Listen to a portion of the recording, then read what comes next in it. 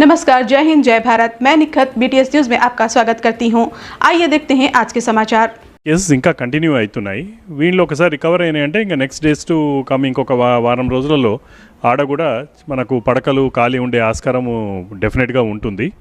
ఎందుకంటే number of serious cases కూడా సిగ్నిఫికెంట్గా తగ్గుతున్నాయి కనుక. అయితే దీనికి అనుగుణంగా ఇంకా కొన్ని చర్యలు కూడా తీసుకోవాలని మొన్న మా గౌరవ ముఖ్యమంత్రి గారి రివ్యూ మీటింగ్లో కానివ్వండి, తర్వాత సిఎస్ గారు రివ్యూ చేసినప్పుడు కూడా కొన్ని చర్యలు తీసుకోవాలని కొన్ని ఆలోచనలు కూడా వచ్చినాయి. ముఖ్యంగా ఈ కోవిడ్ పేషెంట్స్ ఎవరైతే ఉంటారో రికవర్ అయిన తర్వాత కొందరికి ఎస్పెషల్లీ సీవియర్ డిజీజ్ ఉన్నప్పుడు వాళ్లకు కొన్ని లాంగ్ టర్మ్ కాంప్లికేషన్స్ వచ్చే ఛాన్స్ ఉంటుంది. అయితే అవిటికి కరెక్ట్గా అర్లీగా వాళ్ళని ఎవాల్యుయేట్ చేసి ట్రీట్మెంట్ ఇవ్వకపోయినట్లయితే ఒకసారి ప్రాణాపాయం కూడా ఉంటుంది, వేరే కాంప్లికేషన్స్ కూడా రావచ్చు. ముఖ్యంగా ఏంటంటే లంగ్ డిజీజ్ ఎవరికైతే చాలా సీవియర్గా లంగ్ ఎఫెక్ట్ అయ్యి చాలా రోజులు సిపాప్ మీద ఉన్నారో లేకపోతే వెంటిలేటర్ మీద పోయి రికవర్ అయ్యారో వాళ్ళకి ఏంటంటే లంగ్ ఫైబ్రోసిస్ ఇవన్నీ వచ్చే ఆస్కారం ఉంటుంది. కనుక ఇటువంటి కేసులకు కూడా ఫర్దర్ ఫాలోఅప్ ఉండవలసిన అవసరం ఉంటుంది. ఫర్దర్ ఫాలోఅప్ చెక్స్ చేయాలి, కొన్ని పరీక్షలు చేయవలసి వస్తుంది. హాస్పిటల్లో కూడా రెగ్యులర్గా విజిట్ చేసినట్టయితే కొన్ని మందులు అవన్నీ కూడా ఇచ్చే అవసరం పడుతుంది. ఇదే కాకుండా కొందరికి గుండె సంబంధిత ప్రాబ్లమ్స్ కూడా వచ్చే ఛాన్స్ ఉంటుంది. ఇవన్నీ ఒక ఎత్తు అయితే ఫర్దర్ ఇన్ఫెక్షన్స్ ఇప్పుడు ఏదైతే మనం చూస్తున్నామో ఈ బ్లాక్ ఫంగస్ ఇటువంటివి కూడా ఫంగల్ ఇన్ఫెక్షన్స్ కానివ్వండి, ఇంకా కొన్ని బ్యాక్టీరియల్ ఇన్ఫెక్షన్స్ ఇటువంటివి కూడా రావడానికి ఆస్కారం ఉంటుంది. దీనికోసము వీటిని ఎర్లీగా ఐడెంటిఫై చేయాలి, తగు చర్యలు తీసుకోవాలి, అవసరం ఉంటే ట్రీట్మెంట్ కూడా ఇవ్వాలన్న ఆలోచనతోని పోస్ట్ కోవిడ్ అవుట్ పేషెంట్స్ అన్నది కూడా మేము మా అన్ని హాస్పిటల్స్లో స్టార్ట్ చేస్తున్నాం. ఆల్రెడీ ఇన్స్ట్రక్షన్స్ కూడా ఇవ్వడం జరిగింది. అదొక టీచింగ్ హాస్పిటలే కాదు, ఇంక్లూడింగ్ వైద్య విధాన పరిషత్ హాస్పిటల్స్లో కూడా మల్టీ డిసిప్లినరీ, ముఖ్యంగా ఏంటంటే అక్కడ ఒక ఫిజిషియను, తర్వాత ఇటువంటి వేరే మనకు ఈ బ్లాక్ ఫంగస్ ఇటువంటివి ఏమైనా వచ్చే ఛాన్స్ ఉంటే అక్కడ ఈఎన్టీ సర్జన్స్ వాళ్ళు ఎవరైతే అవైలబుల్ ఉంటారో వీళ్ళతో కూడా పోస్ట్ కోవిడ్ అవుట్ పేషెంట్స్ని కూడా స్టార్ట్ చేపిస్తున్నాం. సో దట్ ఒకసారి వీళ్ళు పేషెంట్లు డిశ్చార్జ్ అయ్యి వాళ్ళు ఇంటికి వెళ్ళిపోయినట్లయితే ఎక్కడెక్కడో ఉంటారు వాళ్ళ దగ్గరున్న మా గవర్నమెంట్ హాస్పిటల్కి వెళ్ళి చూపించుకునేటానికి ఆస్కారం ఉంటుంది. చూపించుకున్నట్లయితే ఏమైనా ప్రాబ్లమ్స్ ఉంటే అక్కడ వాళ్ళే ట్రీట్మెంట్ ఇస్తారు, లేకపోతే అవసరం ఉంటే హైయర్ సెంటర్కి పంపిస్తారు. ఇది చాలా ముఖ్యము, early identification of post Covid complications అని ఆలోచనతోని ఇవన్నీ కూడా స్టార్ట్ చేయడం జరిగింది. వాళ్ళకి ఆల్రెడీ మేము ఇన్స్ట్రక్షన్స్ ఇచ్చాము. ఆల్మోస్ట్ ఇంకొక 1 or 2 డేస్లో అన్ని హాస్పిటల్స్లో కూడా స్టార్ట్ అవుతాయి. అయితే ఈరోజు మనని కోవిడ్ కంటే ఎక్కువ కూడా టెన్షన్లో పెడుతుంది కోర్స్ ఏవైతే ఉంటాయో ఇవన్నీ కూడా ఎయిర్లో ఉంటాయి, మన కింద భూమిలో ఉంటాయి, మట్టిలో ఉంటాయి. అదే కాకుండా కొందరు నార్మల్ పర్సన్స్కి వాళ్ళ ముక్కులో కూడా ఉంటాయి అవి, కానీ వాళ్ళకి డిజీజ్ రాదు. కానీ ఇంకొక ముఖ్యమైనది ఏంటంటే ఈ పేషెంట్లని మీరు ఏదో దూరం ఉంచడం అవసరం లేదు, ఐసోలేట్ చేసే అవసరం లేదు. మీ పక్కకు వచ్చి కూర్చున్నా కానీ నార్మల్ పర్సన్కి బ్లాక్ ఫంగస్ డిజీజ్ రాదు. ఇది కోవిడ్ లాగా పక్కకుంటే మనకు అంటుకుంటామని అనుకునే అపోహ అది. అటువంటిది ఏం లేకుండా ఈ పేషెంట్ని ఐసోలేట్ చేయకండి. వాళ్లకు దగ్గరున్న సెంటర్ తీసుకెళ్ళి చూపించినట్లయితే వాళ్లకు అవసరం ఉంటే సర్జరీ చేస్తారు, లేకపోతే మందులతోని ట్రీట్మెంట్ ఇస్తారు. ఈ దానికి కూడా స్పెషల్గా మేము ఈ రోజు నుంచి ఈఎన్టీ హాస్పిటల్లో ఓ సపరేట్ ఓపీ కూడా స్టార్ట్ చేయమని చెప్పాము. దాంట్లో ఏంటంటే ఈ పేషెంట్లు ఎప్పుడు వచ్చినా కానీ వాళ్ళకి టెస్ట్ చేసి, ముఖ్యంగా వాళ్ళకి ఎండోస్కోప్ పెట్టి చూడవలసిన అవసరం ఉంటుంది. ఎండోస్కోప్లో ఏదైనా సస్పిషియస్ ఫంగస్ లాగా ఉందంటే దాన్ని తీసి పరీక్ష చేస్తారు, ఇమీడియట్గా హాస్పిటల్లో అడ్మిట్ చేసుకుంటారు. లేకపోతే ఏమి లేకపోతే ఏదో మైల్డ్ సిమ్టమ్స్ ఉన్నాయంటే వాళ్ళని మళ్ళీ ఒక 2 days 3 days తర్వాత హాస్పిటల్కి రివ్యూకి రమ్మని చెప్తారు. దీనికి బయట కూడా చూసి గుర్తుపట్టాలంటే ఎవరన్నా ఇప్పుడు ఈ కోవిడ్ బారిన పడి బయటకు వచ్చిన వాళ్ళ ఫేస్లో ఇక్కడ చీక్ బోన్స్ మీద ఇక్కడ ఎవరికైనా నొప్పి ఉన్నా కానీ, ముక్కులో నుంచి వచ్చిన సిక్రేషన్స్ ఏవైతే వాళ్ళ రక్తం కానీ నల్లగా చుక్కలు ఉన్నా కానీ ఇటువంటి వాళ్ళు సస్పెక్టెడ్ వాళ్లకు కోవిడ్ ఈ బ్లాక్ ఫంగస్ వచ్చే ఆస్కారం ఉంటుంది. లేకపోతే కొందరికి నల్ల చుక్కలు కూడా వస్తాయి, మరకలు వస్తాయి చీక్స్ మీద. అటువంటి వాళ్ళు ఉన్నట్లయితే మీరు తొందరగా పోయి చూపించుకోండి, ఏం భయపడే అవసరం లేదు. అర్లీగా ట్రీట్మెంట్ ఇస్తే దీంతో డెత్స్ అటువంటివి కూడా సంభవించాయి. బయట కూడా పుకార్లు చాలా ఉన్నాయి, చాలామంది చనిపోతున్నారని. మాకు తెలిసినంత మాత్రము చాలా మినిమల్ పేషెంట్స్, కొందరు కూడా వాళ్ళ కూడా ఏంటంటే అసోసియేటెడ్ వేరే ప్రాబ్లమ్స్, సీరియస్ ప్రాబ్లమ్స్ ఉన్నవాళ్ళు ఒకరిద్దరు చనిపోతున్నారు తప్పితే ఇట్లేదో వందలలో చనిపోతున్నారు అన్నది ఎవరైనా పుకార్లు లేపితే మాత్రం నమ్మవద్దు. These are very important things which I wanted to tell ఇవాళ. ఎందుకంటే మనకు కోవిడ్ కంటే ఎక్కువ ఈరోజు అందరికీ బ్లాక్ ఫంగస్ మీదతోనే టెన్షన్ ఉంది. అయితే ఇంకొకటి కూడా ఇంపార్టెంట్ పాయింట్ నేను చెప్పదలుచుకుంది ఏంటంటే, ఇప్పుడే గౌరవ ముఖ్యమంత్రి గారి దగ్గర మాకు మీటింగ్ కూడా అయ్యింది. ఎస్పెషలీ ఏదైతే జూనియర్ డాక్టర్స్ స్ట్రైక్ చేస్తున్నారో దాని మీద కొన్ని వాళ్ళ ప్రతిపాదనలు పెట్టారు. ఆల్రెడీ మేము జూనియర్ డాక్టర్స్కి ఏవైతే ఉందో ఆల్రెడీ 15% వాళ్ళకు శాలరీ, వాళ్ళ స్టైపెండ్ హైక్స్ అయితే ఏవైతే ఉన్నాయో ఆల్రెడీ జియో కూడా ఇష్యూ చేయడం జరిగింది. అదే మాదిరిగా మా దగ్గర సీనియర్ రెసిడెంట్స్ అని ఉంటారు, వాళ్ళు ఒక 1500 మంది దాకా ఉంటారు. వీళ్ళు కోవిడ్ దాంట్లో సేవలు చేస్తున్నారు. ప్లస్ వచ్చే నెంబర్ ఆఫ్ ఇన్ఫెక్షన్స్ కానివ్వండి, లేదా హాస్పిటలైజేషన్ కానివ్వండి చాలా తక్కువ ఉండడానికి మెయిన్ రీజన్ ఏంటంటే, సుమారు మనం 2 to 3 వీక్స్ ముందే మనం దేశంలోనే మొట్టమొదటిసారి ఈ హౌస్ హోల్డ్ సర్వే మనం చేపట్టడం, తద్వారా ఎర్లీగా మనం ఈ సిమ్టమాటిక్స్ లక్షణాలను ఐడెంటిఫై చేసుకోవటం, వాళ్ళకి ట్రీట్మెంట్ ఇనిషియేట్ చేసుకోవటం వల్ల వాళ్ళని తొందరగా మనం ఈరోజు కోలుకునేటట్లు చేయడం జరిగింది. ఈ ప్రాసెస్ అనేది కంప్లీట్గా అవుతుంది, కంప్లీట్గా ఇది ఇలానే కంటిన్యూ అవుతుంది. ఇకపోతే హాస్పిటల్ ప్రిపేర్నెస్ సంబంధించి బెడ్స్ అవైలబిలిటీ ఇంతకుముందు లాస్ట్ వీక్ కూడా మీకు క్లియర్గా చెప్పడం జరిగింది. ఈరోజు మనకున్న మొత్తం బెడ్స్లో 55,120 బెడ్స్. ఈవెన్ ఎప్పటికప్పుడు కూడా మనం అన్ని రకాల బెడ్స్, అది ఆక్సిజన్ బెడ్స్ కానివ్వండి, ఐసీయూ బెడ్స్ కానివ్వండి, రెగ్యులర్ బెడ్స్ అన్ని కూడా ఇవన్నీ కూడా పెంచుకుంటున్నాం. లాస్ట్ వీక్కి 53,000 బెడ్స్ ఉంటే అది ఇప్పుడు 55,120 బెడ్స్ ఇంక్రీజ్ చేసుకున్న తర్వాత ఈరోజు మనకి మొత్తం మీద 31,375 బెడ్స్, 31,375 బెడ్స్ ఈరోజు వేకెంట్గా ఉండడం జరిగింది. ఓన్లీ హాస్పిటలైజ్ అయిన పేషెంట్స్ వచ్చేసి 23,745. దీంట్లో సుమారు 40% పేషెంట్స్ ఇతర రాష్ట్రాల వాళ్ళు ఉన్నారు. అది ఆంధ్రప్రదేశ్ అనుకోండి, మహారాష్ట్ర, ఛత్తీస్గఢ్, ఈ నైబరింగ్ స్టేట్స్ నుంచి వచ్చిన వాళ్ళు ట్రీట్మెంట్ తీసుకుంటున్నారు. మిగిలిన 60% మాత్రమే తెలంగాణ రాష్ట్రం నుంచి హాస్పిటలైజ్ అయ్యి వాళ్ళు ట్రీట్మెంట్ చేసుకోవడం జరిగింది. ఈ 31,375 బెడ్స్లో ఐసీయూ బెడ్స్ ప్రభుత్వ ఆధ్వర్యంలో మనకి ఒక 612 ఈరోజు ఖాళీగా ఉండటం జరిగింది.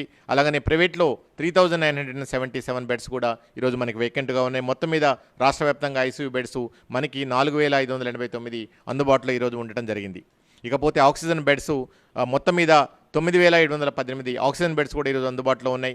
అది గవర్నమెంట్లో 2,750 బెడ్స్, అలాగనే ప్రైవేట్ హాస్పిటల్స్లో 6,968 బెడ్స్ ఈరోజు అందుబాటులో ఉండడం జరిగింది. సో బెడ్స్కి సంబంధించి ఎక్కడ కూడా ఇంతకుముందు 3-4 వారాల క్రితం మనం ఏదైతే బెడ్స్ సంబంధించి కొంచెం మాట్లాడుకున్నామో ఇప్పుడు అలాంటి పరిస్థితులు లేవు. తద్వారా మనకు అర్థమవుతుందంటే, ఒకటి ఈ న్యూ ఇన్ఫెక్షన్స్ అనేవి తగ్గుతూ ఉన్నాయి. అలాగనే సీరియస్ సివియర్ కేసు కూడా ఏదైతే హాస్పిటల్స్లో ఉన్నారో వాళ్ళు ట్రీట్మెంట్ ప్రాపర్గా తీసుకొని క్యూర్ అయిపోయి డిశ్చార్జ్ అవ్వడం కూడా జరుగుతుంది మనకి. అందుకని ఈ బెడ్స్ కూడా ఖాళీలు ఏదైతే ఉన్నాయో అవి కూడా మనకి పెరగడం జరుగుతుంది. సో ఈ విధంగా తెలంగాణ రాష్ట్ర ప్రభుత్వము ఆల్రెడీ మనం ఢిల్లీలో ఈరోజు కేసుల సంఖ్య తగ్గడం చూస్తున్నాం. ఆల్రెడీ మహారాష్ట్రలో అండ్ ఎస్పెషల్లీ ముంబైలో కూడా కేసుల సంఖ్య చాలా కనిష్ట స్థాయిలో ఈరోజు రిపోర్ట్ అవుతున్నాయి. అండ్ నెక్స్ట్ స్టేట్ వచ్చేసేసి మన తెలంగాణ రాష్ట్రంలో అతి తక్కువ కేసులతోని, అతి తక్కువ మరణాలతోని, అండ్ ఎక్కడ కూడా హాస్పిటలైజేషన్స్లో కానివ్వండి, లేకపోతే ఇతరత్ర మౌలిక సౌకర్యాలు ఏదైతున్నాయో, లేకపోతే లైఫ్ సేవింగ్ డ్రగ్స్ ఏదైతున్నాయో వీటిలో ఎక్కడ కూడా ఎలాంటి ఇబ్బంది లేకుండా కూడా మనం ఈ రెండో వేవ్, సెకండ్ వేవ్ ఏదైతుందో ప్రభుత్వం, తెలంగాణ రాష్ట్ర ప్రభుత్వం వైద్య ఆరోగ్య శాఖ ఉన్న ముందు చూపుతోని నిర్వహించడం, ఎప్పటికప్పుడు కూడా సీనియర్ అఫీషియల్స్కి, తర్వాత వైద్య ఆరోగ్య శాఖ ఉన్నతాధికారులకి ఇన్స్ట్రక్షన్స్, డైరెక్షన్స్ ఇవ్వటము, ఈ కోవిడ్ కట్టడి నివారణని ఎంత త్వరగా ఎఫెక్టివ్గా మనం ఇంప్లిమెంట్ చేయాలి, అలాగనే ప్రజల ప్రాణాలను ఎలా కాపాడాలనే దాని మీద ప్రతిరోజు కూడా ఆనరబుల్ సీఎం గారు విస్తృతంగా సమావేశాలు నిర్వహిస్తున్నారు. అలాగనే ఆనరబుల్ సీఎం గారు ఏదైతే లాస్ట్ క్యాబినెట్ మీటింగ్లో స్టేట్ టాస్క్ ఫోర్స్ కమిటీ ఒకటి ఎస్టాబ్లిష్ చేయడంతో ఆ కమిటీ మినిస్టర్ కేటీఆర్ గారి ఆధ్వర్యంలో నిరంతరం వీటికి సంబంధించిన లాజిస్టిక్స్ అనుకోండి, అది వ్యాక్సిన్స్ కానివ్వండి, లేకపోతే లైఫ్ సేవింగ్ డ్రగ్స్, వీటన్ని రెగ్యులర్గా మానిటర్ చేసేసి అవన్నీ కూడా అవైలబుల్ అయ్యేటట్టు చేస్తున్నారు.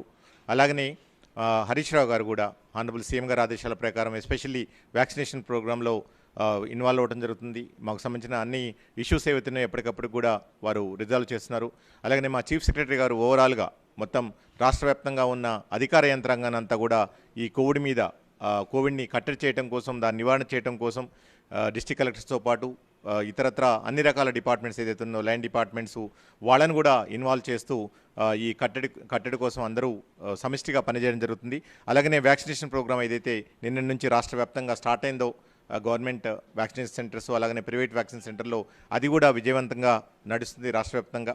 దానికి సంబంధించి కూడా ఎప్పటికప్పుడు కూడా హానరబుల్ సీఎం గారు తీసుకున్న నిర్ణయాల ప్రకారం తెలంగాణ రాష్ట్ర ప్రభుత్వ అధికార యంత్రాంగం అంతా కూడా పనిచేస్తుంది. దానికి సంబంధించిన డీటెయిల్స్ అన్నీ కూడా ఈరోజు మీకు తెలియజేయడం జరుగుతుంది. ఇకపోతే ఈరోజు మన రాష్ట్రంలో ఇప్పటివరకు రిపోర్ట్ అయిన కేసుల సంఖ్య, కోవిడ్ కేసుల సంఖ్య 3762. ఇప్పటివరకు మొత్తం మీద మనం 91,048 పరీక్షలు నిర్వహించుకున్నాం. నిన్న సుమారు 81,000 పరీక్షలు నిర్వహించుకుంటే ఈరోజు మనం 91,000 పరీక్షలు నిర్వహించుకోవడం జరిగింది. దాంట్లో 3762 పాజిటివ్ కేసులు రావడం జరిగింది. మన పాజిటివిటీ రేట్ ఈరోజు వచ్చేసి 4.1%. మీరు గత 2 వారాల నుంచి కూడా చూస్తే మేము ఇంతకుముందు కూడా చెప్పడం జరిగింది. ఒకటి, మన నెంబర్ ఆఫ్ న్యూ ఇన్ఫెక్షన్స్ అంటే ప్రతిరోజు వచ్చే కొత్త కేసుల సంఖ్యలో తగ్గుదల మనం చూస్తున్నాం. అలాగనే పాజిటివిటీ రేట్ కూడా మనం చూస్తున్నాం. ఈరోజు మన పాజిటివ్ రేట్ ఇంతకుముందు చెప్పినట్లు 4.1%. ఈ వీక్ అంటే థర్డ్ వీక్ ఈ బిగినింగ్లో మనకు వచ్చేసేసి 6.01 ఉన్న పాజిటివిటీ రేటు ఈ రోజుకి 4.1%గా మనకి నమోదవడం జరుగుతుంది. అంటే ఏదైతే WHO రికమెండెడ్ పాజిటివిటీ రేట్ ఉందో <5% ఏదుందో అది ఆల్రెడీ తెలంగాణ రాష్ట్రం అచీవ్ చేయడం జరిగింది. సో ఆ విధంగా పాజిటివిటీలో మనం చాలా తక్కువగా నమోదు చేస్తున్నాం. అలాగనే అడ్మిషన్స్ కూడా, నెంబర్ ఆఫ్ అడ్మిషన్స్ కూడా మనకి చాలా తక్కువగా మనకి నమోదవటం చూస్తున్నాం. హాస్పిటల్స్లో అక్కడ బెడ్స్ కూడా చాలా ఫాస్ట్గా అంటే డిశ్చార్జ్ సేవన్యం అవి కూడా చాలా ఎక్కువగా. సో దీనివల్ల తద్వారా ఈ సిమ్టమాటిక్స్ని మనం తొందరగా ఐడెంటిఫై చేసుకోవడం, అలాగనే వాళ్ళని ఐడెంటిఫై చేసుకున్న తర్వాత ఐసోలేట్ చేసుకోవడానికి అవసరమైన వాళ్ళకి ట్రీట్మెంట్ అందించడానికి అవకాశం ఉంటుంది. సో దీని ద్వారా మన పాజిటివ్ రేట్ కూడా చాలా తగ్గడానికి అవకాశం ఉంటుంది. అలాగనే మన ఈ రికవరీస్ తీసుకుంటే, రికవరీస్ అమాంగ్ ట్రీట్మెంట్ కంప్లీటెడ్, ఎవరైతే ఈ వ్యాధి బారిన పడి ట్రీట్మెంట్ కంప్లీట్ అయిన వాళ్ళ మన రికవరీ పర్సెంటేజ్ తీసుకుంటే అది ఆల్మోస్ట్ 92.52% ఈరోజు ఉన్నది. అదే దేశంలో ఆ రికవరీ పర్సెంటేజ్ తీసుకుంటే 89.6%గా ఈరోజు మనకి నమోదవుతున్నది. అదే డెత్ రేట్ తీసుకుంటే మన తెలంగాణ రాష్ట్రంలో మొదటి నుంచి కూడా 0.56% ఉంటే అదే దేశవ్యాప్తంగా ఉన్న కోవిడ్ డెత్ ఫెటాలిటీ రేట్ వచ్చేసి అది 1.1%గా ఈరోజు మనకి నమోదవుతుంది. ఓవరాల్ పాజిటివిటీ రేట్ మనం తీసుకుంటే మన రాష్ట్రంలో 3.82% ఉంటే దేశవ్యాప్తంగా అది 8.1% నమోదవడం జరిగింది. అలాగనే పరీక్షలకు సంబంధించి టెస్ట్ పర్ మిలియన్ ఏదైతే తెలంగాణ రాష్ట్రంలో తీసుకుంటే ప్రతి 10 లక్షల మందికి మనం 3,93,573 పరీక్షలు నిర్వహించుకున్నాం. అంటే ప్రతి 10 మందిలో మనం 4కి ఈరోజు కోవిడ్ పరీక్షల్ని సమర్థంగా నిర్వహించుకోవడం జరిగింది. అదే దేశంలో చూస్తే కేవలం 2,51,109 పరీక్షలు మాత్రమే మనం ఈరోజు నిర్వహించుకోవడం జరిగింది. సో ఈ విధంగా మన స్టాటిస్టిక్స్ ఉండడం జరిగింది. అంటే రాబోయే మ్యాక్సిమం 1 వీక్ వరకు మనకి ఈ కేసుల సంఖ్యలో చాలా తక్కువదల చూస్తాం. అలాగనే పాజిటివ్ రేట్ కూడా మరింత తగ్గే అవకాశం ఉంటుంది. సో ప్రజలు ఎలాంటి ఆందోళనకి గురి కావాల్సిన అవసరం లేదు, భయపడాల్సిన అవసరం లేదు. ఏవైనా లక్షణాలు ఉంటే ఇమీడియట్గా దగ్గరలో ఉన్న టెస్టింగ్ సెంటర్కి వెళ్ళి పబ్లిక్ హెల్త్ ఫెసిలిటీకి వెళ్ళి మీరు పరీక్షలు చేయించుకోవచ్చు. అలాగని ఈ హోమ్ మెడిసిన్ కిట్ ఏదో దాన్ని కూడా తీసుకోవడానికి అవకాశం ఉంటుంది. ఇకపోతే వినూత్నంగా మన తెలంగాణ రాష్ట్రం ఈ ఓపీ సర్వీసెస్ అంటే కోవిడ్ ఓపీ సర్వీస్ మనం ఈరోజు స్టార్ట్ చేసుకున్నాం. మొత్తం మీద 1,518 హెల్త్ ఫెసిలిటీస్లో starting from primary health centre నుంచి టీచింగ్ హాస్పిటల్ వరకు కూడా మనం ఈరోజు OP fever survey or COVID OP service మనం స్టార్ట్ చేసుకోవడం జరిగింది. ఇప్పటివరకు 33 జిల్లాల్లో మొత్తం మీద 2,78,502 సిమ్టమాటిక్స్ని మనం ఐడెంటిఫై చేసుకున్నాం. వీళ్ళందరికీ కూడా కిట్స్ కూడా డిస్ట్రిబ్యూట్ చేయడం జరిగింది. మొత్తం మీద 13,05,793 మందిని ఈ ఓపీ సర్వీసెస్ ద్వారా మనం స్క్రీన్ చేసుకోవడం జరిగింది. ఇకపోతే ఫీవర్ సర్వే ఒకటి రాష్ట్ర వ్యాప్తంగా మనం తీసుకోవడం జరిగింది. 99% డిస్ట్రిక్ట్స్లో రౌండ్ 1 అంటే మొదటి సర్వే కూడా మనం కంప్లీట్ చేసుకున్నాం. వాళ్ళు ఇంటికి వెళ్ళిపోయినట్లయితే ఎక్కడెక్కడో ఉంటారు వాళ్ళు దగ్గరున్న మా గవర్నమెంట్ హాస్పిటల్కి వెళ్ళి చూపించుకునేటానికి ఆస్కారం ఉంటుంది. చూపించుకున్నట్లయితే ఏమైనా ప్రాబ్లమ్స్ ఉంటే అక్కడ వాళ్ళే ట్రీట్మెంట్ ఇస్తారు, లేకపోతే అవసరం ఉంటే హైయర్ సెంటర్కి పంపిస్తారు. ఇది చాలా ముఖ్యము. Early identification of post Covid complications అని ఆలోచనతోని ఇవన్నీ కూడా స్టార్ట్ చేయడం జరిగింది. వాళ్ళకి ఆల్రెడీ మేము ఇన్స్ట్రక్షన్స్ ఇచ్చాము. ఆల్మోస్ట్ ఇంకొక 1 or 2 డేస్లో అన్ని హాస్పిటల్స్లో కూడా స్టార్ట్ అవుతాయి. అయితే ఈరోజు మనని కోవిడ్ కంటే ఎక్కువ కూడా టెన్షన్లో పెడుతుంది is black fungus. Black fungus అంటే మ్యూకార్మైకోసిస్ అంటారు మెడికల్ టర్మ్స్లో. దీని గురించి ఎప్పుడైతే మనం కొన్ని కేసులని మనం ఇక్కడ డిటెక్ట్ చేయగానే గౌరవ ముఖ్యమంత్రి గారు వైద్య సిబ్బందిని అలర్ట్ చేయడం జరిగితే మనం ఇమీడియట్గా కొన్ని నోడల్ సెంటర్స్ కూడా స్టార్ట్ చేశాం. అంటే mainly ENT hospital and Gandhi hospital. ఎందుకంటే ఈఎన్టీ హాస్పిటల్ ఇది ఒక ఎక్స్క్లూజివ్ ఈఎన్టీ స్పెషాలిటీ హాస్పిటల్. ఈ యావత్ భారతదేశంలో కూడా ఇట్లా ఎక్స్క్లూజివ్ హాస్పిటల్స్ లేవు. లక్కీలీ మనకు అది తెలంగాణలో ఉండడము మనకు చాలా హెల్ప్ అవుతుంది. అక్కడ ఒక ఇమీడియట్ సెంటర్ స్టార్ట్ చేస్తే ఈరోజు దగ్గర ఆడ ఒక 240 కేసుల మీద అడ్మిట్ అయి ఉన్నాయి. అండ్ డైలీ ఒక 20 కేసెస్కి మినిమం ఆపరేషన్ చేస్తున్నారు. అవిటిని మేము 30 నుంచి 35 కేసులు పర్ డే ఆపరేషన్స్ చేయాలని మేము ఆలోచించి ఆడ ఆల్మోస్ట్ ఒక 5 టేబుల్స్ కంటిన్యూస్గా రన్ చేయాలి. మార్నింగ్ టిల్ లేట్ ఈవినింగ్ వరకు చేసినట్లయితే ఈ అన్ని కేసులను కూడా ఒక 7-8 రోజులలో కంప్లీట్ చేసుకున్నట్లయితే ప్రతి కేసుకి 2 రకాల ట్రీట్మెంట్స్ ఉంటాయి. ఒకటి ఏంటంటే సర్జికల్ ట్రీట్మెంట్, ఒకటి తర్వాత మెడికల్ ట్రీట్మెంట్. అయితే ఇక్కడనే కాకుండా ఇప్పుడు ఆల్రెడీ ఈ ఫెసిలిటీ మనం గాంధీలో కూడా స్టార్ట్ చేసాం, అక్కడ కూడా ఆపరేషన్ చేస్తున్నారు. డిస్ట్రిక్ట్స్లో ఉన్న టీచింగ్ హాస్పిటల్స్లో కూడా ఈ సదుపాయాన్ని మనం స్టార్ట్ చేసాము. ఆల్రెడీ ఇన్స్ట్రక్షన్స్ ఇచ్చాము. అన్ని టీచింగ్ హాస్పిటల్లో కూడా మాకు ఈ విభాగాలు ఉంటాయి కనుక అక్కడ అవసరం ఉండే ఎండోస్కోపిక్ సామాగ్రి కానివ్వండి ఇవన్నీ కూడా సమకూర్చి పంపిస్తున్నాము. మందులు కూడా అక్కడ అవైలబుల్ ఉంటాయి. వాళ్ళు అక్కడ కూడా వెళ్ళి ఎవరైతే పేషెంట్స్ దగ్గర పట్ల ఉంటారో వాళ్ళు ఇంతదాకా హైదరాబాద్ దాకా రానవసరం లేదు. అక్కడ మాకు ట్రైన్డ్ స్టాఫ్ ఉంది. వాళ్ళు అక్కడ వెళ్ళినట్లయితే వాళ్ళకు సర్జరీ చేస్తారు, మందులు కూడా ఇస్తారు. ఇదే కాకుండా ఇక్కడ ట్రీట్మెంట్ తీసుకున్న పేషెంట్స్ కూడా ఫర్దర్ ఫాలోఅప్ కూడా అక్కడ అటెండ్ చేయవచ్చు. అన్ని టీచింగ్ హాస్పిటల్స్లో డిస్ట్రిక్ట్స్లో ఉన్న హాస్పిటల్లో ఉన్నది, ఇంక్లూడింగ్ పెద్ద డిస్ట్రిక్ట్ హెడ్ క్వార్టర్స్ హాస్పిటల్ అయిన కరీంనగర్ కానివ్వండి, ఖమ్మంలో కూడా ఈ ఫెసిలిటీస్ని మేము స్టార్ట్ చేస్తున్నాం. అయితే నేను ఇంతకుముందు కూడా వేరే మీడియా మిత్రులు మాట్లాడినప్పుడు ఇది చెప్పినాము, ఎస్పెషల్లీ అబౌట్ ద డ్రగ్స్. ఇప్పుడు ఒక రకమైన టెన్షన్ వాతావరణము క్రియేట్ అయింది, ఎస్పెషల్లీ ప్రైవేట్ హాస్పిటల్లో ఉన్న పేషెంట్లకు. 1500 మంది ఉంటారండి. కోవిడ్ కోసం మనం తీసుకున్న వాళ్ళు 1100 మంది ఉంటారు. తర్వాత మేము రెగ్యులర్గా కూడా మా దగ్గర ఎస్ఆర్లను మేము అపాయింట్ చేస్తాము. వాళ్ళు ఒక మొత్తం కలిసి అంటే ఇంట్లో కూడా 1100-1100లలో కొందరు తక్కువ ఉంటారు. టోటల్ కలిపి 1500 to 1600 దాకా ఉంటారు వాళ్ళు. సో మా రిక్వెస్ట్ ఏంటంటే ఈ మెయిన్ ఇష్యూస్ ఏవైతే ఉన్నాయో ఆల్రెడీ అడ్రస్ చేయడం జరిగింది.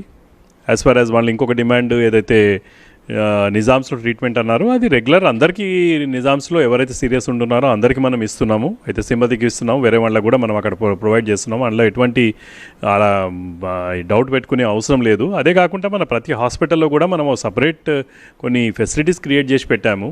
ఎవరికి కూడా హెల్త్ కేర్ వర్కర్స్కి వాళ్ళ ఫ్యామిలీస్కి కానివ్వండి, అలానే మన వేరే మీడియా మిత్రులు కానివ్వండి, ఎవరు వచ్చినా కానీ మనము కొన్ని ఫెసిలిటీస్ క్రియేట్ చేసి పెట్టాము. అందులో వాళ్ళకి ట్రీట్మెంట్ ఇస్తున్నాం. ఎటువంటి మందులే కానివ్వండి, లేటెస్ట్ మందులు ఇంక్లూడింగ్ టోసిలోజుమాబ్ ఇటువంటివి కూడా ఎన్నడూ కూడా మనకు షార్ట్ సప్లై లేవు. అందరికి కూడా మనం అవసరం ఉన్నప్పుడు రెగ్యులర్గా ట్రీట్మెంట్ ఇస్తున్నాము. సో వాళ్ళు ఇటువంటి దాని గురించి కూడా ఎటువంటి అపోహలు పెట్టుకునే అవసరం లేదు.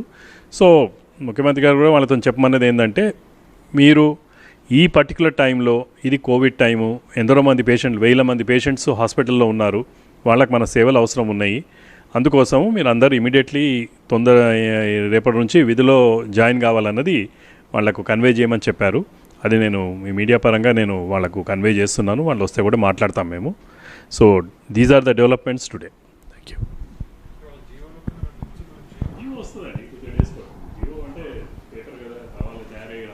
ఆనరబుల్ సీఎం గారు సీఎంఓ నుంచి ఆల్రెడీ ప్రెస్ రిలీజ్ ఇవ్వడం జరిగింది. వాళ్ళ ఏదైతే ఉన్నాయో అవన్నీ కూడా ఇచ్చాడు.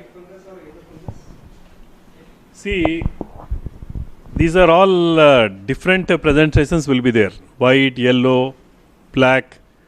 It doesn't make any difference. These are all fungal diseases.